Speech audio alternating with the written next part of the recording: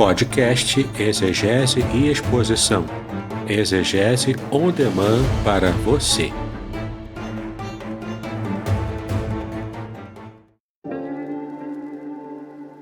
Shalom! Aqui é o Davidson Pignon.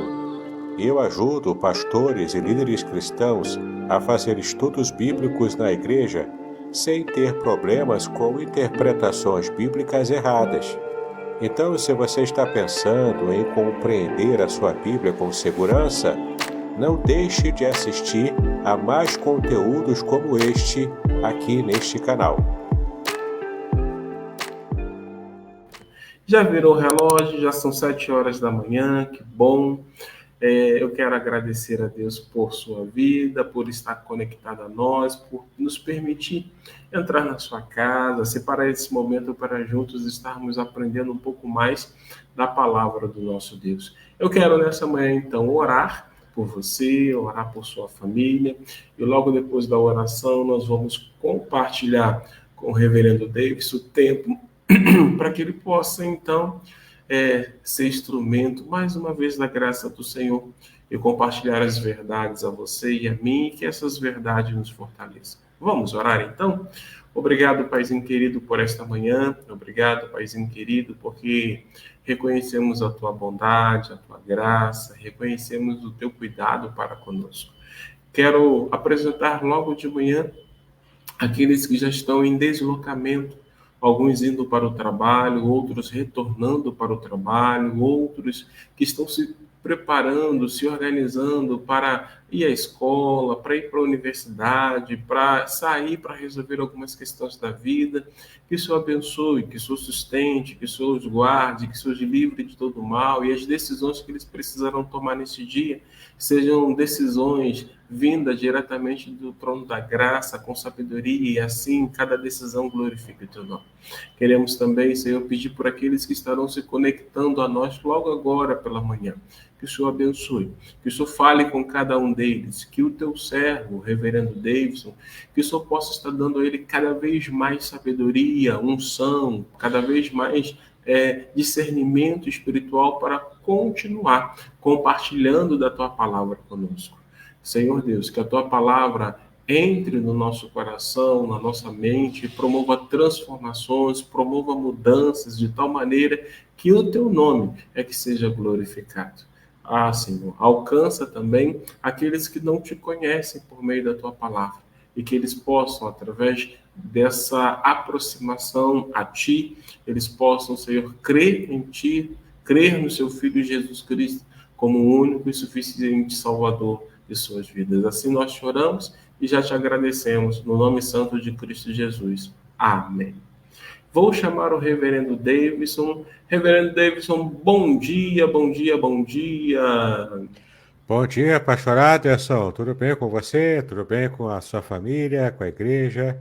Joia, tá tudo bem, graças a Deus. Um pouco cansado por conta da dinâmica do final de ano, né? Mas que é comum para todos nós, né? Que estamos à frente de um trabalho. E você, como é que está a sua mamãe? Como é que está a Márcia? Estamos bem, graças a Deus, né? Minha mãe tem se recuperado aos pouquinhos, né? Para os rins retornarem no seu funcionamento. Às vezes leva um tempo, mas ela tá se recuperando bem. Está na casa do meu irmão, um pouco distante aqui de nós, mas ela está se recuperando bem, graças a Deus. Joia, desde já queremos agradecer a todos os nossos irmãos e amigos que têm separado um tempo para orar, apresentando a mãe do nosso querido reverendo Davidson, para que o próprio Deus esteja cuidando da restauração da saúde dela. Continue orando por ela, continue orando também pelo nosso amigo Fabiano, né? Por nós aqui também do Campo Missionário em Aracruz, para que a vontade de Deus continue sendo realizada. E eu quero desde já dar bom dia ao nosso querido amigo Adilson Pedro. Tava com saudades, hein, meu irmão? Tempão que você não aparece em nossas lives. Que Deus abençoe a sua vida, que Deus abençoe a sua casa, que Deus abençoe a sua família. Eu agora, queridos, eu vou sair de cena para deixar o nosso querido amigo reverendo Davidson bem à vontade e aproveitar bastante desse tempo para nos ensinar também a palavra de Deus e compartilhar a respeito dos livros dele. Reverendo Davidson, fique à vontade, Deus te abençoe. Amém, pastor Aderson, muito obrigado, né, por essa ajuda, muito obrigado pela participação sempre também, né, no nosso ministério. Aqui, ó, eu tenho sempre indicado livros, né, para que vocês possam conhecer. Esse aqui é o meu livro antigo, né, já na sua segunda edição ampliada. A semente é a palavra. Para quem gosta de homilética, para quem gosta de estudar sobre a técnica de pregação da palavra de Deus, né? Então você pode aqui, ó, adquirir esse livro aqui, A Semente é a Palavra, para você aprender a fazer sermões narrativos, o que vai ser uma bênção para o seu ministério também, para aqueles que te acompanham, aqueles que ouvem, se você é um pregador ou pregadora da palavra de Deus, né? Aqui, esse é o meu livro, onde eu faço um comentário extensivo, completo, do Salmo 23, à luz da língua hebraica. Revelações originais do Salmo 23. Esse livro aqui inaugurou essa nova fase de comentários exegéticos que eu tenho feito no meu ministério. Tá vendo aqui, ó? Segredos revelados da Bíblia hebraica. E tem até um prefácio de um youtuber famoso, que é o professor Samuel Monteiro, do site e do canal do YouTube chamado Hebraico Pro, né? Eu uso, inclusive, o site dele para os meus alunos de hebraico, que eu tenho dado aula, tá? O outro livro também, de minha autoria, é um comentário nessa mesma pegada, versículo por versículo, palavra por palavra, Proteção Divina no Curso da Vida, é esse comentário do Salmo 91, totalmente feito, ó, da língua original hebraica também. Então você vê aqui toda uma informação, aqui é um livro grosso, tá vendo? Quase 400 páginas, muito bem diagramado, cheio de imagens também, comentários exegéticos de primeira qualidade, tá? Tudo feito por um teólogo, por um exegeta brasileiro. Então, tudo adaptado nos seus comentários à nossa realidade também. Não é uma tradução de um exegeta americano, né? E aqui, ó, meu livro mais recente, esse é o livro que é a base dos nossos estudos aqui nessa série, é o livro Além do Sofrimento, a disputa pela integridade no livro de Jó, tá bom? Esse livro aqui, de minha autoria, é o último, é o lançamento deste ano de 2024. É, portanto, um livro no qual eu faço um comentário também bastante abrangente, com mais de 400 páginas, aqui, ó, com um livro grosso, um livro de mais 420 páginas, para te explicar o livro de Jó e todas as nuances, até dentro da filosofia bíblica antiga, tá? Então é um livro muito rico, como você já tem percebido aqui nas nossas aulas. E guarde aqui essa palavra aqui grande, né, em destaque, é Ha-Satan, que é o nome hebraico para Satanás. Vamos falar muito da pessoa do inimigo na aula de hoje, tá bom? Nós vamos focar nossa atenção hoje no nosso inimigo. Então, e essa imagem da capa aqui do livro é Ha-Satan, que é o nome que aparece no livro de Jó para Satã, para Satanás, e embaixo aqui ele sendo esmagado e também sendo ferido, né, saindo sangue aqui, porque Satanás está ferindo Jó, como você já conhece a história, né, o sofrimento do justo Jó, e Deus permitindo, Deus dando, ainda que esteja no controle, mas dando possibilidade de Satanás estar fazendo o que ele fez, né, com a vida de Jó, tá bom? Teve um propósito, Jó não sabia exatamente qual o propósito, mas hoje a exegese bíblica já nos revelou qual era o propósito de Deus o possível propósito de Deus em estar permitindo que tudo aquilo acontecesse com a vida de Jó, tá? Vamos falar hoje, então, sobre esse personagem aqui, Ra-Satã, que é o inimigo de todos nós também, tá bom? Se você quiser fazer contato para adquirir qualquer um dos meus livros, fazer contato comigo, me seguir nas redes sociais, mas o meu WhatsApp é 021 998 585402. 021 aqui no Rio de Janeiro, 998-585402. Então eu mando para você o link com todos os meus lançamentos. Você pode comprar em formato digital, no e-book, pode ser no formato impresso, como está aqui. Enfim, todos os livros que eu tenho lançado, você vai ter acesso por esse link que eu vou compartilhar com você se você fizer contato pelo meu WhatsApp. Tá legal? Estamos aqui com a nossa apostila em tela. Estamos já na página 24. Hoje vamos ultrapassar um pouco a metade da nossa apostila. Você percebe aqui que essa apostila ela tem 50 páginas, não é? Vamos dar uma olhadinha aqui na primeira página para você ver a capa da apostila. E esse PDF você pode pedir gratuitamente ao pastor Aderson. Ou então também fazer contato comigo e eu te envio gratuitamente o PDF. Tá legal? As nossas aulas têm sido esse aqui, ó, Segredos Revelados do livro de Jó, completamente tirado. Esse resumo aqui foi completamente tirado do meu livro, Além do Sofrimento, tá bom? Como nós já vimos, estamos hoje na página 24 e hoje o nosso objeto de estudo é o adversário sutil, compreendendo quem é Satanás, tá? Hoje vamos entender o que a Bíblia, de um modo geral, revela sobre Satanás, e no meu livro, o livro Além do Sofrimento, eu trabalho com muito mais detalhes, com muito mais proficiência também, já que aqui estamos apresentando apenas um resumo, tá legal? Então, sim, nós temos um adversário e ele é sutil. Por que que Satanás é um adversário sutil? Porque nem sempre está claro, tanto para nós que lemos a Bíblia, que estudamos a Bíblia, quanto também para outros que são influenciados negativamente por Satanás, nem sempre a gente percebe as garras de Satanás atuando para nos prejudicar.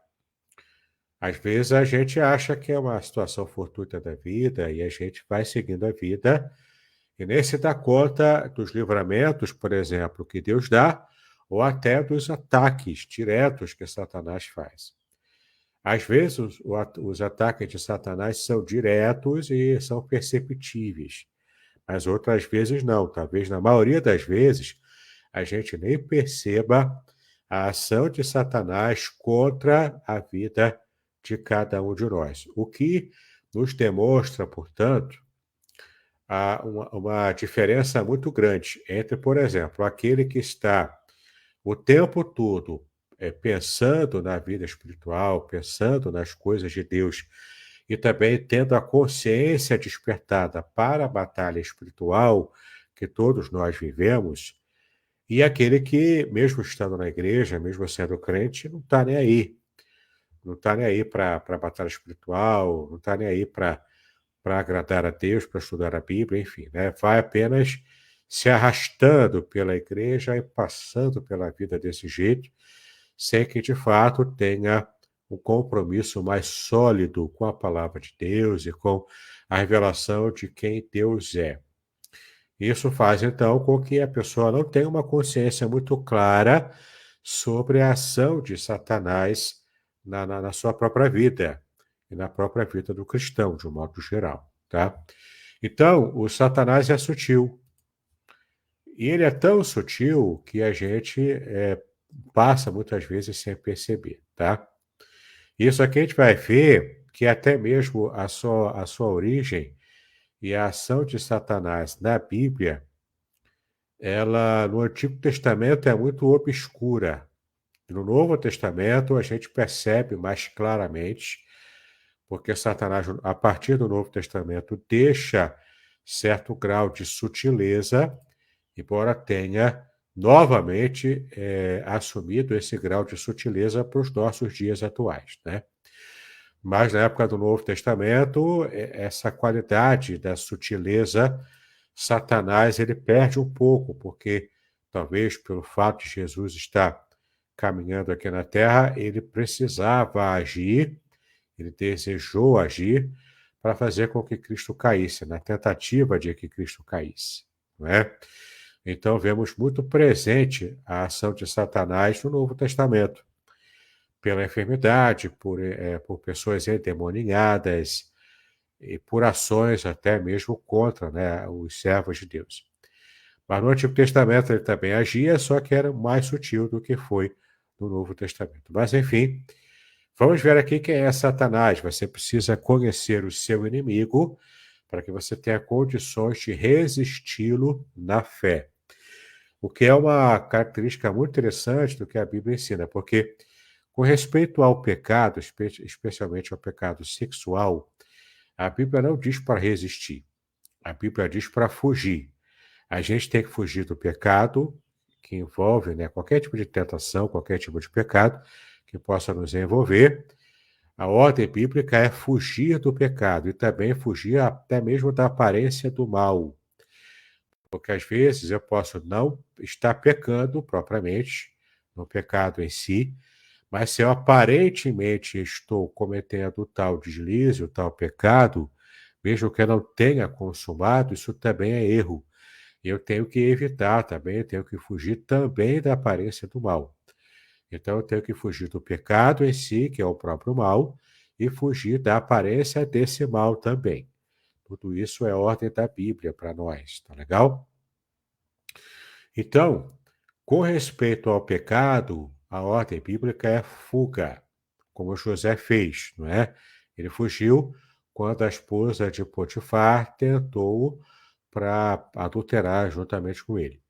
Agora, com respeito a Satanás, a Bíblia diz que a gente precisa resisti-lo. A ordem bíblica é resistência. Resistência às tentações de Satanás, resistência às ações de Satanás na nossa vida. Então, para o autor da tentação, eu resisto. E para a tentação em si, quando ela chega, eu fujo para que eu não caia em tentação, porque a carne me faz fraco, embora o meu espírito esteja pronto para ter uma vida de oração, uma vida espiritual mais vigorosa, tá?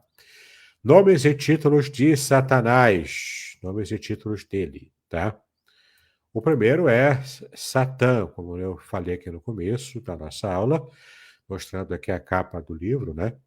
Satã, ou Ra-Satã, como também aparece, está em Jó assim, e é como eu coloquei, portanto, no meu livro, né, na capa lá. Ra-Satã, esse Ra aqui é o artigo definido na língua hebraica, tá? O Ra. Então, Satã é o nome próprio, sem artigo, e Ra-Satã seria o título de acusador com o artigo, tá? Porque no hebraico, eu já expliquei também em aulas passadas, no hebraico não se usa o artigo definido para nomes próprios. Então, nesse caso aqui de Ra-Satã, embora Satã já tenha se tornado nome próprio e aplicado, né, ao inimigo, a gente percebe que, como aparece em Jó, com o artigo Ra-Satã, é o título de o acusador, tá legal? É essa entidade espiritual. Nós vamos ver aqui um pouco mais de detalhes sobre ela, sobre Satanás, né? É uma entidade espiritual que então nos acusa o próprio Deus, porque em Jó ele colocou Deus no banco dos réus, como se Deus fosse o culpado de estar dando preferência a Jó. Nós já vimos isso, não é? Então, naquele tribunal celestial, com os anjos como testemunhas, a gente percebe, então, Ra-Satã sendo o advogado de si próprio. Ele era, portanto, o acusador e também era a vítima na concepção dele. Ele se colocou como vítima de Deus e estava, portanto, acusando Deus na ação, né, de proteger Jó, de preferir Jó a outras pessoas. Isso por quê? Porque quando Satanás aparece nessa Assembleia Celestial, sem ser convidado, sem ter a condição moral de estar ali, não é? Porque ele era o enganador, ele era o acusador, Deus então lança o foco, lança a luz sobre a vida de Jó e apenas ressalta: você colocou o seu coração sobre o meu servo Jó, você percebeu a vida do meu servo Jó, ele não te serve, ele serve a mim. Essa é a ideia, não é? Então, motivado por isso, Satanás então acusa a Deus de favoritismo a Jó e aos demais que seriam súditos leais de Satanás, né, após ele dominar o mundo, após o pecado de Adão e Eva. Então, é como se ele estivesse disputando a vida de Jó para também servi-lo, como de fato, na verdade, o mundo inteiro faz assim, né? Como eu também já tenho ensinado, o evangelista João, o apóstolo João, ele disse que o mundo jaz no maligno. É um sistema de governo, o sistema de governança mundial, ela está submersa, ela está completamente dominada pelo maligno. Bom, tem também nomes gregos para ele, né? Que é o Diabolos, que daí veio o nome, né, em português, diabo, e é aquele que lança acusações, portanto também o acusador, vem do grego diabolos, tá legal?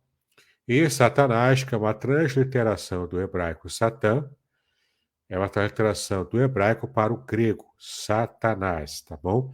Satanás também veio para a língua portuguesa diretamente do grego. Então, a palavra inicialmente é hebraica, Satã, que foi adaptada na transliteração para o grego virou Satanás, e em português também trocou apenas as letras do alfabeto grego e passou para as letras do alfabeto latino, que é o que nós usamos, e ficou Satanás, como nós conhecemos, que é o adversário, tá bom? Satanás é o adversário do grego para o português. E no hebraico, tanto faz acusador quanto adversário, são significados possíveis e plausíveis com respeito à ação de Satanás na nossa própria vida. Tá legal? Então, esses são os nomes hebraicos e gregos para o nosso inimigo, Satanás. Não é? Muito bem. Satanás da Bíblia hebraica, como ele aparece, então, como que o Antigo Testamento hebraico trata de Satanás, tá bom? Ele é apresentado como um adversário e acusador perante Deus, como foi visto no livro de Jó. Então, ele é um acusador e um adversário do próprio Deus, que tem a pachorra de enfrentar e colocar Deus na parede, tá?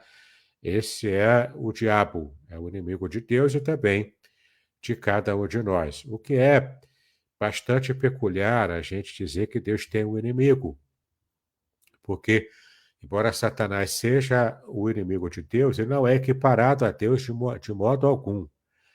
E quando a gente fala o inimigo, traz aquela ideia do Nêmesis nos filmes que a gente assiste, os livros que lemos, né, de ficção, em que o Nêmesis é equiparado até um pouco melhor do que o herói para poder dar algum tipo de embate, para poder dar algum tipo de antagonismo que seja difícil para o herói vencer. Então, geralmente, os autores, né, de ficção colocam o inimigo muito forte e o herói com um nível um pouco abaixo, mas com condição de se superar. Então, quando o herói supera a sua própria fraqueza, ele consegue vencer o inimigo, embora o inimigo fosse mais forte do que ele. Não é esse o caso aqui de Satanás, ele é o inimigo de Deus, ele se coloca assim.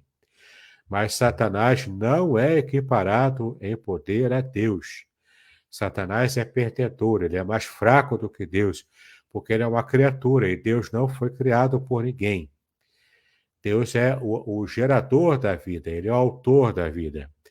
E Satanás só se mantém vivo ainda na sua condição de anjo caído porque Deus está permitindo.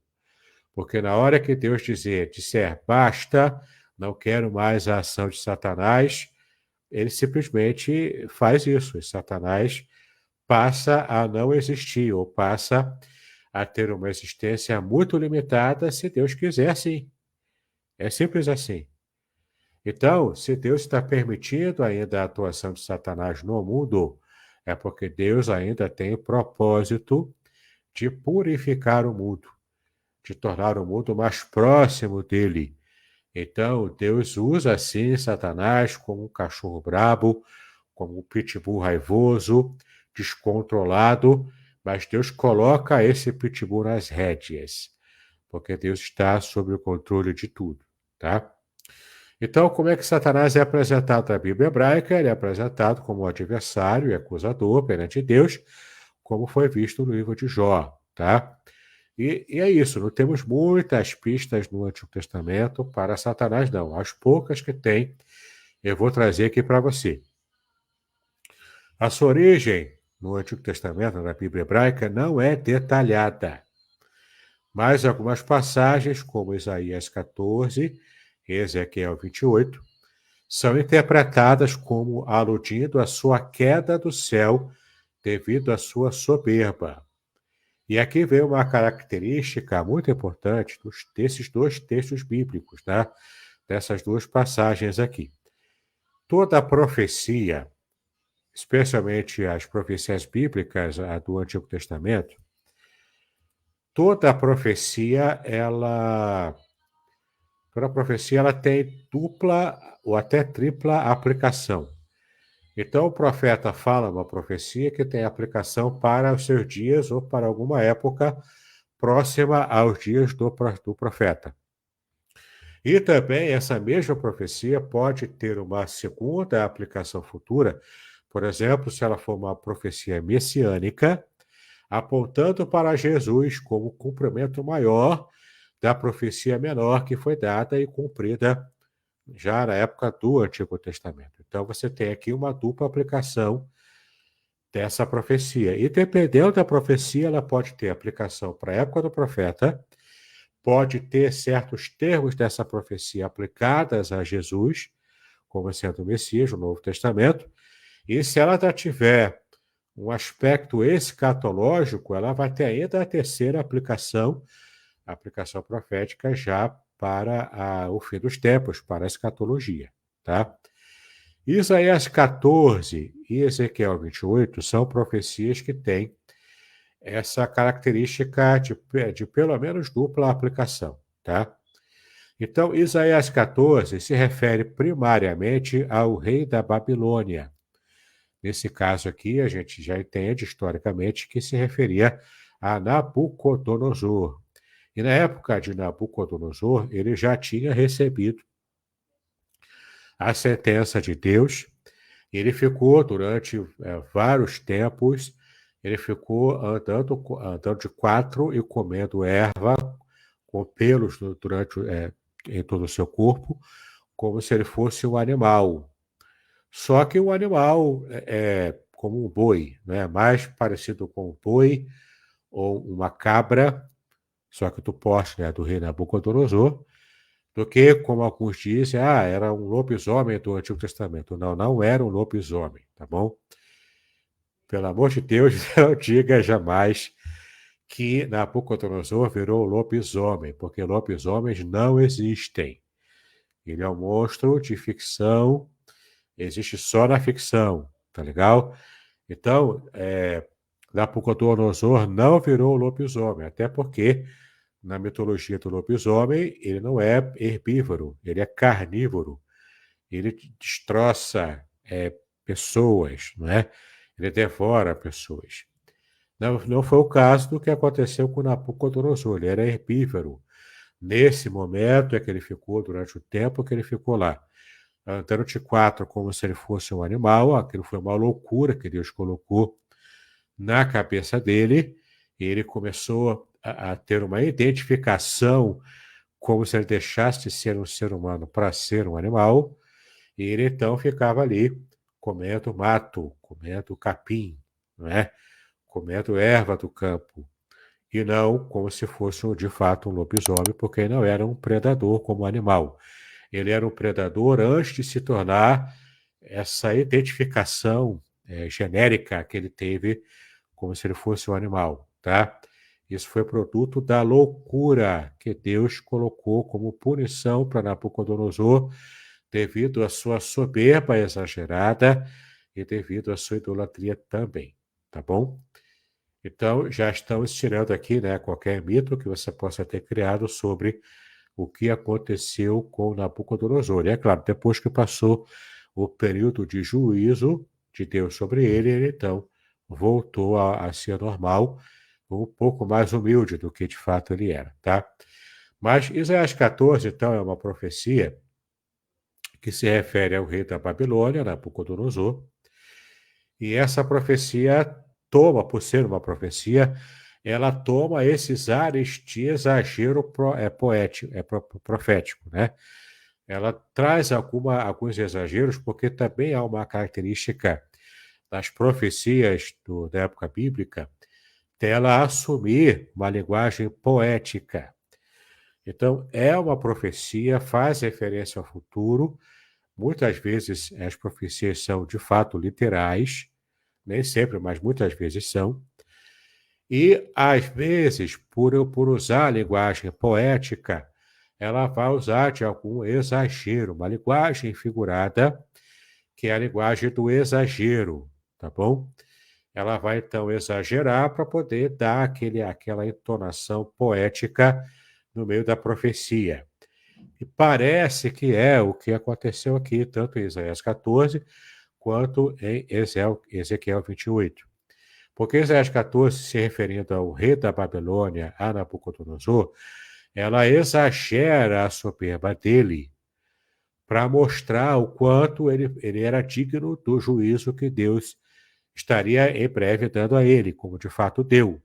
Ele ficou lá andando de quatro, como eu já disse, Deus humilhou Nabucodonosor. Ele que era o rei prepotente, agora andava como um animal, não é? E o animal, inclusive, era ofensivo, porque nem carnívoro ele era.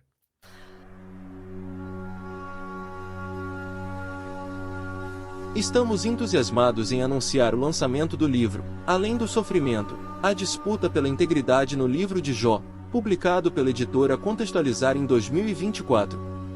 Este livro, escrito pelo reverendo Davidson Bignon, pastor congregacional, mestre em ciências da religião e professor de hebraico bíblico e exegese do Antigo Testamento, possui 420 páginas repletas de comentários profundos sobre o livro de Jó.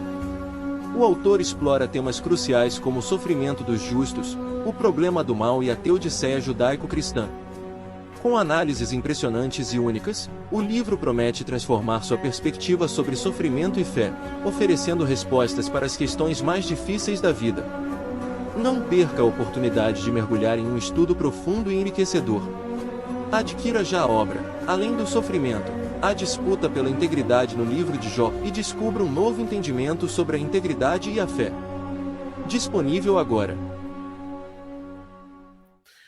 Então, você percebe aqui o exagero poético dentro da profecia, mas muitos intérpretes ao longo da nossa história, intérpretes importantes e até o dia de hoje, conseguem enxergar ali, nesse exagero profético barra poético, ele consegue enxergar nesses exageros também uma referência profética à possível origem de Satanás. Por que eu digo que é possível?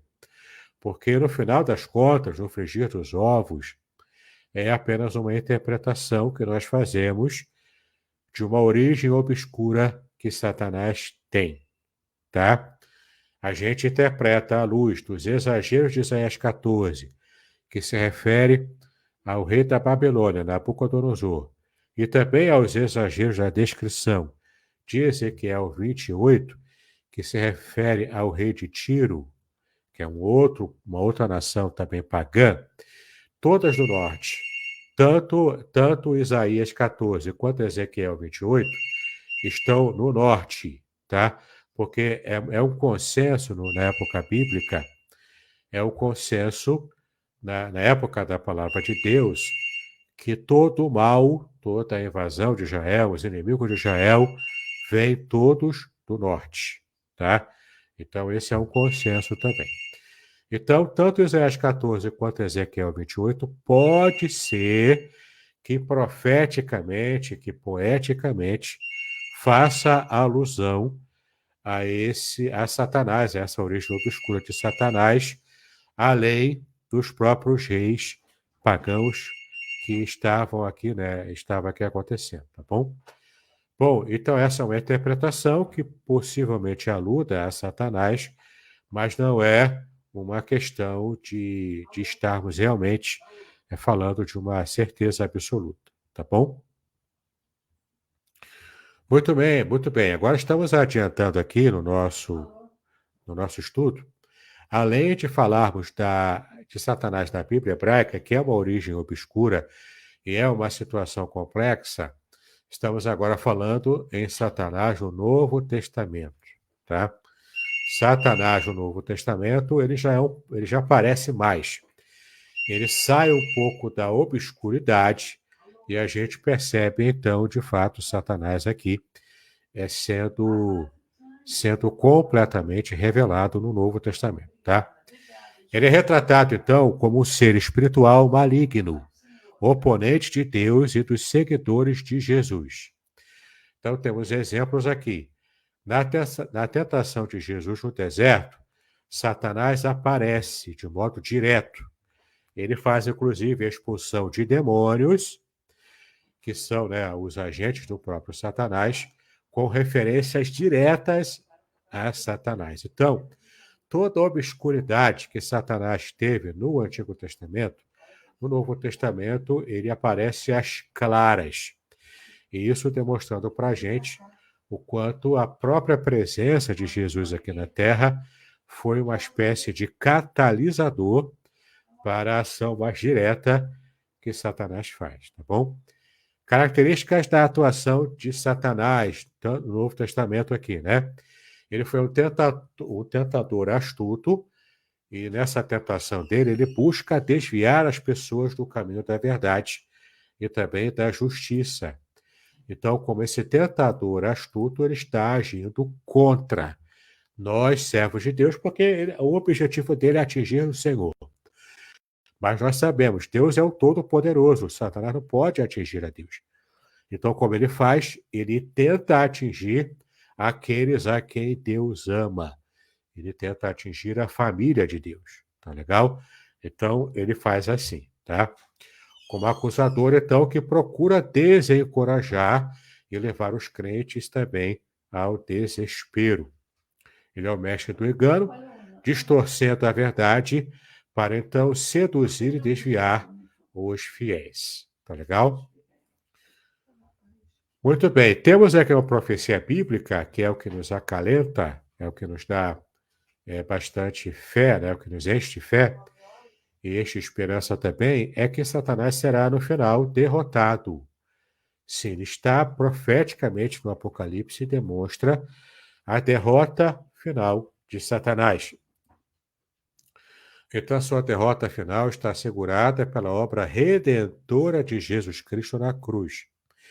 Então, embora poderoso, Satanás é limitado pela soberania de Deus e será, então, completamente derrotado no final dos tempos. Tá legal? A gente percebe isso aqui também como característica de Satanás. Satanás ele também é apresentado na cultura judaica posterior aos tempos bíblicos.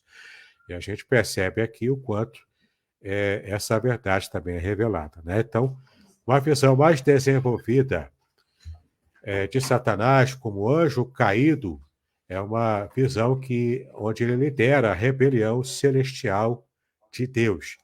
Isso já aparece aqui na cultura judaica posterior e é mais ou menos também o caminho que nós seguimos nas interpretações, como já disse lá de Isaías 14 e Ezequiel 28, tá? Mas, como eu disse, também é uma interpretação, com poucos elementos bíblicos, propriamente, sobre a ação de Satanás na época do Antigo Testamento, mas com uma base um pouco maior, tanto na cultura judaica posterior, quanto também na interpretação cristã posterior. Então, essa visão mais desenvolvida de Satanás como anjo caído, que lidera a rebelião celestial, ela aparece dentro da cultura judaica posterior à época bíblica. Mas a própria influência do pensamento helenístico, ou seja, do pensamento grego, na época de Alexandre o Grande, que foi o período após a época bíblica para o início do Novo Testamento, após a época do Antigo Testamento para o Novo, que é chamado historicamente de um período intertestamentário, por causa da influência grega do pensamento helenístico e também de interpretações rabínicas diversas, temos também outras ideias sobre a origem, a atuação, especialmente a atuação de Satanás. Por exemplo, na cultura judaica, como está aqui embaixo, ó, na cultura judaica, Satanás ele é visto tanto como uma figura maligna, como de fato Jesus revelou no Novo Testamento, e há um segmento da cultura judaica que enxerga Satanás também assim, mas também há um segmento do judaísmo que entende Satanás como instrumento da justiça divina. É mais ou menos como se ele fosse o braço esquerdo de Deus, que é usado pelo próprio Deus para fazer o serviço sujo. Então, nesse propósito, nessa interpretação rabínica posterior, que não tem base bíblica, né, já dizemos assim, mas que faz parte da doutrina posterior do judaísmo, né, com as tradições judaicas, enfim, eles enxergam o Satanás, enxergam o diabo como aquele que está agindo a mando de Deus. Por exemplo, Deus mandou o anjo da morte para matar os egípcios lá, ou para matar os primogênitos dos egípcios. Quem foi esse tal anjo da morte que aparece no Antigo Testamento? Segundo essa vertente da tradição rabínica posterior, seria esse anjo da morte, seria o próprio Satanás na sua atuação no Antigo Testamento. E nessa passagem de Jó, que é o que nos interessa aqui, demonstra Satanás como aquele que está podado por Deus, mas está agindo também para destruir aquele que Deus ama. No caso aqui, Jó, porque ele era um servo fiel, era um servo atuante na presença de Deus, tá? Então você percebe aqui uma situação muito complicada, onde vemos, inclusive, uma interpretação muito fora do nosso escopo, da nossa percepção de quem era Satanás. Então, embora ele tenha uma origem de fato obscura, o Novo Testamento dá um pouco mais de pistas, um pouco mais precisa de quem é Satanás, mas a gente percebe que há muita especulação e muita interpretação especulativa em cima do que se fala aqui sobre Satanás, tá bom? Muito bem, na próxima aula nós vamos ver aqui, vamos sair agora da figura de Satanás, graças a Deus, não é? E vamos falar sobre Jó, tá bom? Vamos falar sobre um homem de integridade e fé inabaláveis, nesse nosso resumo aqui sobre quem foi o homem Jó, tá legal? Então esse assunto fica para a nossa próxima aula, se Deus assim nos permitir. Pastor Aderson, agora a palavra está contigo para estarmos fazendo a parte final. Tivemos aqui um pouquinho de contratempo, porque houve aqui a necessidade de vir aqui alguém para aplicar uma injeção aí da Dona Mércia, minha sogra, mas então estamos aqui agora prontos, né, para poder seguir com a nossa aula, tá bom? Joia, joia. Bom dia. Quero dar bom dia a alguns irmãos que estão conosco e que se achegaram. Temos aí a nossa irmã Zilmar Guimarães, que está conosco. Bom dia, Deus te abençoe. E temos também a nossa irmã Zuleiden Vidal. Bom dia, irmã. Ela também fala livros recomendados, entrega em domicílio e vale mais do que a pena. Obrigado, Deus abençoe também a sua vida. Temos também a nossa querida irmã Rosilane Melo, que também está aí conosco. Bom dia. Como eu falei, não custa nada mais uma vez reforçar a presença do Adilson Pedro aí conosco. Que Deus também abençoe o seu dia, ok? Deixa eu ver aqui.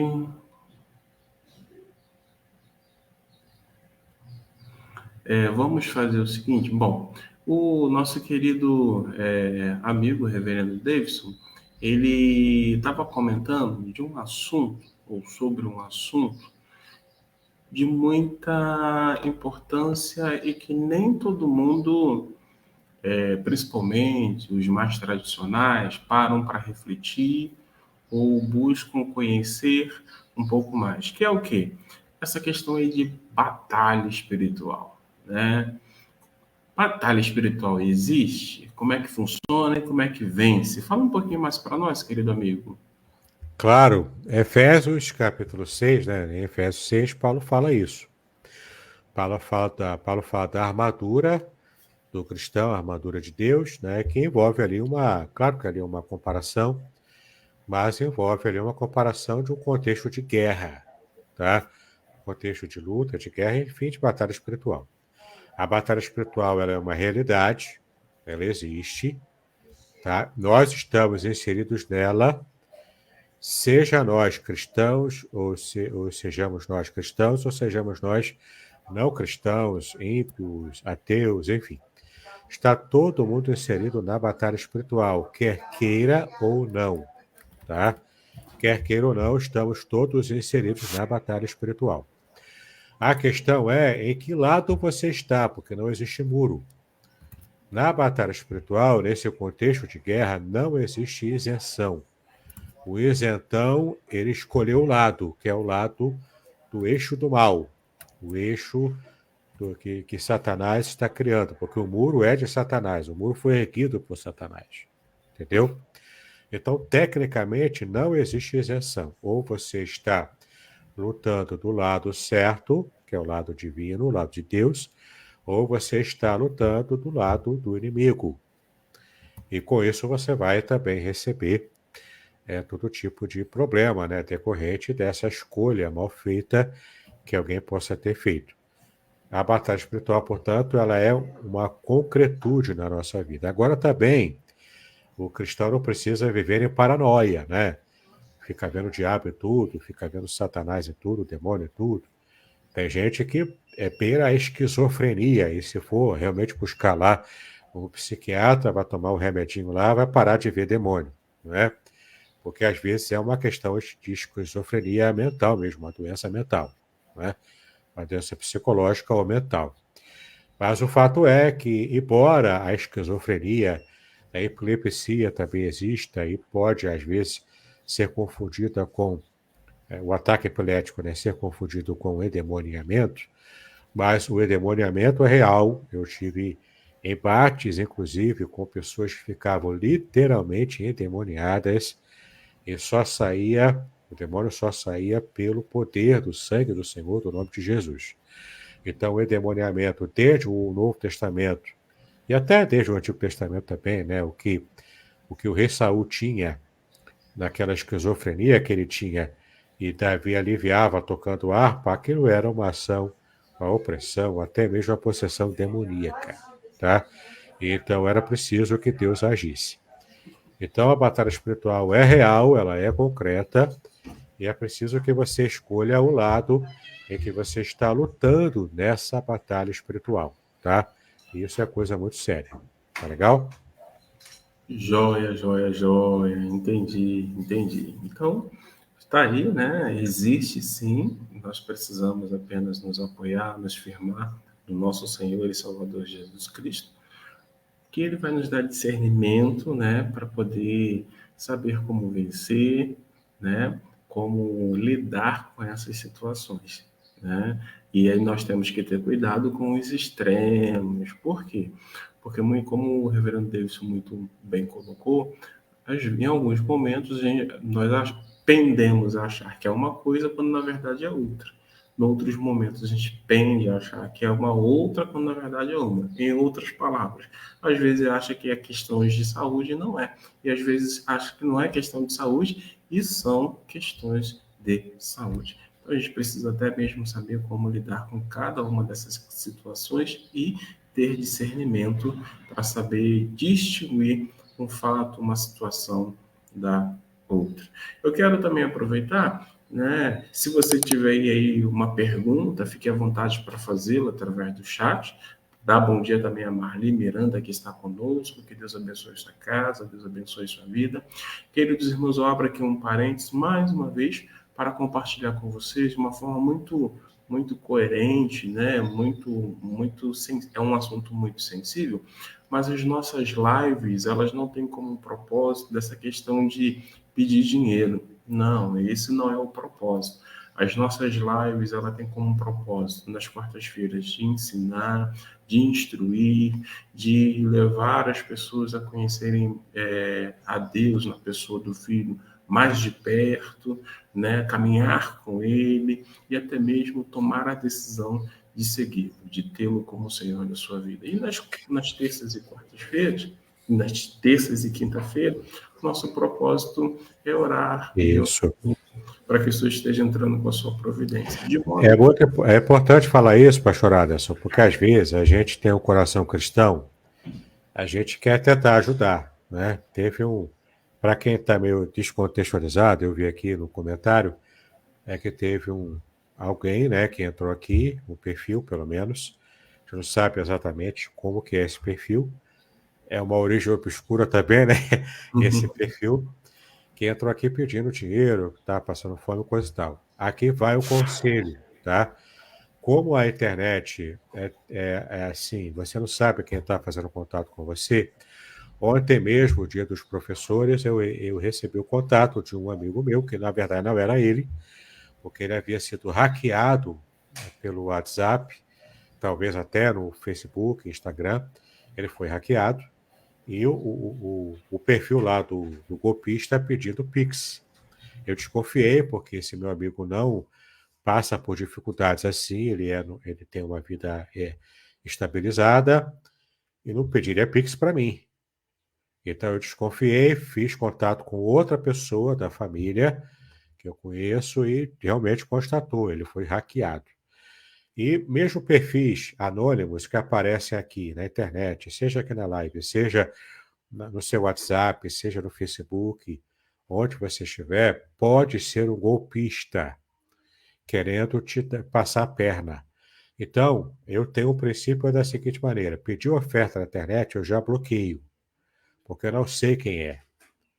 E se for alguém que realmente precisa de ajuda, uma situação realmente real, ele tem que buscar a oferta que ele precisa, o dinheiro que ele precisa, com gente que esteja perto dele, que ele conheça. Ele tem que ter familiar, ele tem que ter amigos que possam ajudar. E não para pedir numa live, gente estranha, pedir dinheiro assim, entendeu?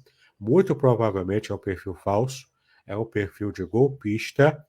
E um conselho que eu dou para todo mundo que está acompanhando a gente aqui, vai ficar gravado aqui, o conselho é esse: percebeu alguma coisa estranha? Bloqueia logo.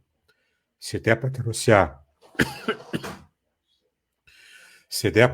o perfil, denuncie, para tentar, de alguma forma, evitar, né, esse tipo de golpe. E também, não mande Pix para ninguém, para quem você não conhece, e não clique em links que pessoas você colocou lá para você. Também não clique em links. Porque se você clicar no link, pode ser a porta aberta para invadir o seu perfil e hackearem você. E sabe-se lá o que pode fazer até com a sua conta bancária, tá?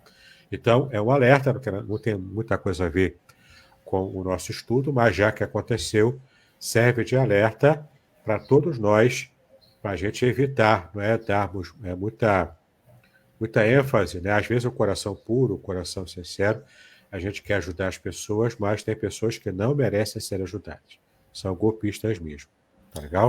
E complementando, né? Não que precise complementar as palavras do reverendo Davidson, que ele traz uma situação muito recente, né? De algo que ele experienciou e tomou cuidado para que não caísse, né, numa situação embaraçosa, que pudesse gerar até dores de cabeça. Minha orientação como a gente não tem por hábito pedir, nós não pedimos em redes sociais, nós não utilizamos das ferramentas que nós temos para ficar pedindo dinheiro.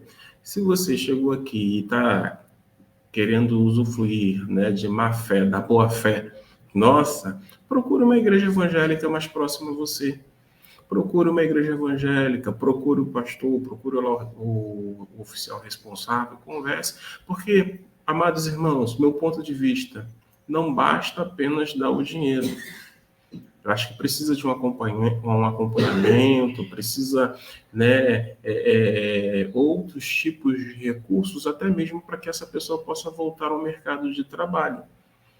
Então, se uma pessoa pede, e aí eu dou mais uma orientação, volta e meia, aparece uma pessoa aqui que pede recursos e as informações são sempre as mesmas.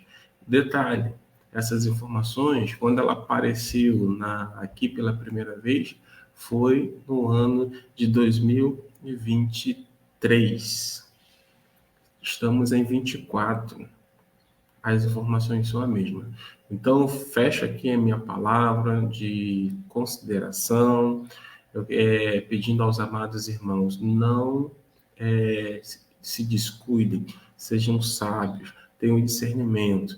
Nas nossas lives, não tem como fim pedir recursos. Nós não temos como essa finalidade. Se alguém chegar na nossa live, já vou logo endereçar. Procure uma igreja evangélica, porque lá você vai ter acompanhamento espiritual, você vai ter redirecionamento para entrar no mercado de trabalho e eles vão analisar, né? Eles vão analisar com calma, com assertividade, para ver de que maneira poderão te ajudar. Então, não deem dinheiro, principalmente de pessoas que você não conhece. E se alguém que conhece e que você sabe que não tem como hábito pedir recursos, já desconfie, entre em contato com alguma outra pessoa próxima a ele para poder saber, para poder ter essa informação, se é ela ou se foi hackeada. A nossa irmã Roselane Mello, né, ela coloca aí uma informação, a batalha é desencadeada no mundo físico, mas ela acontece no mundo espiritual. Uma Sim, pergunta. a batalha espiritual começa no mundo espiritual. A principal motivação para que a batalha aconteça é a motivação do mundo espiritual, né? A rebelião de Satanás contra Deus, e como ele não pode atingir diretamente Deus, ele tenta atingi-lo no seu, digamos, ponto fraco, entre aspas, né? Que seria o amor que ele tem, os laços de amor que o unem à humanidade. Ele tenta ponto fraco, entre aspas, aqui, é só uma expressão, uma forma de dizer. Porque Deus é todo-poderoso e não tem ponto fraco. Não tem uma criptonita contra Deus, entendeu? Satanás, então, tenta atingir a gente, e então ele promove a batalha espiritual em que nós, como já disse, estamos inseridos. E o mais importante é que a gente esteja vencendo a batalha espiritual totalmente ligados em Cristo, tá bom? Mesmo o uso da armadura de Deus, como a espada do Espírito, o escudo da fé, enfim. Cada componente da armadura é simbólico, e tudo isso simboliza o quê? A nossa estada em Cristo. Se estamos em Cristo, temos condições de sairmos vencedores na batalha espiritual. Se não estamos em Cristo, aí não tem como a gente vencer, porque o que garante a nossa vitória é Cristo estar conosco. Tá legal? Joia, joia, joia. Então fica aí a dica. Você pode ler essas informações que o nosso querido Reverendo Davidson colocou lá em Efésios. Efésios, capítulo de número 6, tá? Você pode Aí. ler esse texto para que você possa.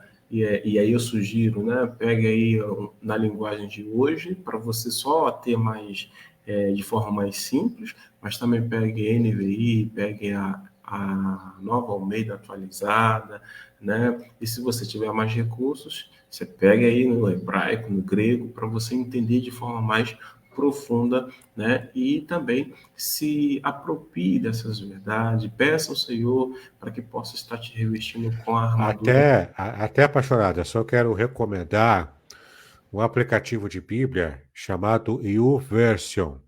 YouVersion, que é um aplicativo só, mas você consegue ali dentro dele, é de graça, você consegue dentro dele baixar várias versões diferentes da Bíblia em português.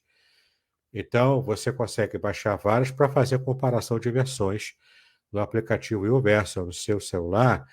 Você vai poder fazer isso então de graça, até poder aos pouquinhos comprar uma versão diferente, em física mesmo, né, impressa, para você manter uma biblioteca diversa de versões para as suas comparações e estudos da palavra de Deus. E o Version é o aplicativo gratuito que você consegue baixar na loja do seu aplicativo de celular. O microfone, pastor Aderson, tem que abrir. Opa, joia, joia, joia. Me embolei. Já coloquei até no comentário o aplicativo de Bíblia e o Version, né? É gratuito. Só não coloquei essa palavra gratuito, mas fica aí a hashtag e a dica para que você possa, então, ter acesso até para poder estudar, para poder entender melhor aquela passagem bíblica. Tá bom, meus amados irmãos? Deus abençoe a vida de cada um de vocês. Eu quero voltar a palavra com o reverendo Davis, para que ele faça as considerações finais, depois ele ore por nós. Muito bem, estamos aqui, novamente, reforçando aqui as indicações. Temos aqui, A Semente da Palavra, um livro para pregadores da Palavra de Deus, aprenderem a fazer sermões narrativos, para trazer vida à sua mensagem. Aqui o comentário mais abrangente em língua portuguesa do Salmo 23, totalmente baseado na língua hebraica. Revelações originais do Salmo 23 para você, tudo no texto hebraico original. Aqui, Proteção Divina no Curso da Vida, o comentário também, palavra por palavra, versículo por versículo do Salmo 91. Mais agora do que deixar o Salmo 91 aberto lá na estante, agora talvez deixe o seu tablet ligado no Salmo 91 para comer a bateria dele toda lá, não sei como é que você faz. Mais do que isso, você vai agora entender a mensagem do Salmo 91 aqui, em profundidade, à luz do hebraico bíblico. E para fechar o livro base da nossa série, das nossas aulas agora, além do sofrimento, o comentário abrangente em língua portuguesa, feito por um pastor brasileiro, do livro de Jó, também com muitas informações do hebraico, na cultura, na arqueologia, enfim, coisas que vão trazer uma compreensão assustadora para você sobre o livro de Jó. Acompanhe-nos nos estudos, nas aulas resumidas aqui, mas adquira o livro, leia o livro, e se você até comprar esse livro aqui na Amazon, na versão e-book, você pode pedir, se você tiver Alexa, você pode dar a ordem para a Alexa, quando você comprar o e-book, vai ficar no seu perfil da Amazon, e você pode pedir a Alexa para ler para você o livro. Você pode ler o livro impresso, se você comprar, ou no Kindle, e ela vai ler para você todo o conteúdo dos meus livros, tá? É uma dica também interessante para quem tem dificuldade de leitura ou para quem tem preguiça de ler. Você pode ouvir o livro, como se ele fosse um livro, né? De fato, para você poder ouvir, tá legal? Uma leitura, portanto, bastante interessante, uma experiência muito interessante. Vamos orar, então, e assim terminarmos a nossa live de hoje. Foi um pouquinho conturbada hoje, mas, mesmo assim, o Senhor está conosco, né? Pai, nós te exaltamos pelo privilégio que tivemos de estudar a Tua Palavra, com um pouco mais de cuidado, com um pouco mais, Pai, de apuro. Pedimos a Tua bênção para que estejamos sendo preservados, Pai, da atuação do inimigo, da atuação de Satanás contra as nossas vidas. Então, proteja-nos, cuida de nós, livra-nos, Pai, de todo o mal, seja no mundo físico, seja no mundo espiritual, seja até mesmo no mundo digital. Então, preserva-nos, cuida de nós. Assim pedimos a Ti essas bênçãos, em nome de Jesus, hoje e para sempre. Amém e amém.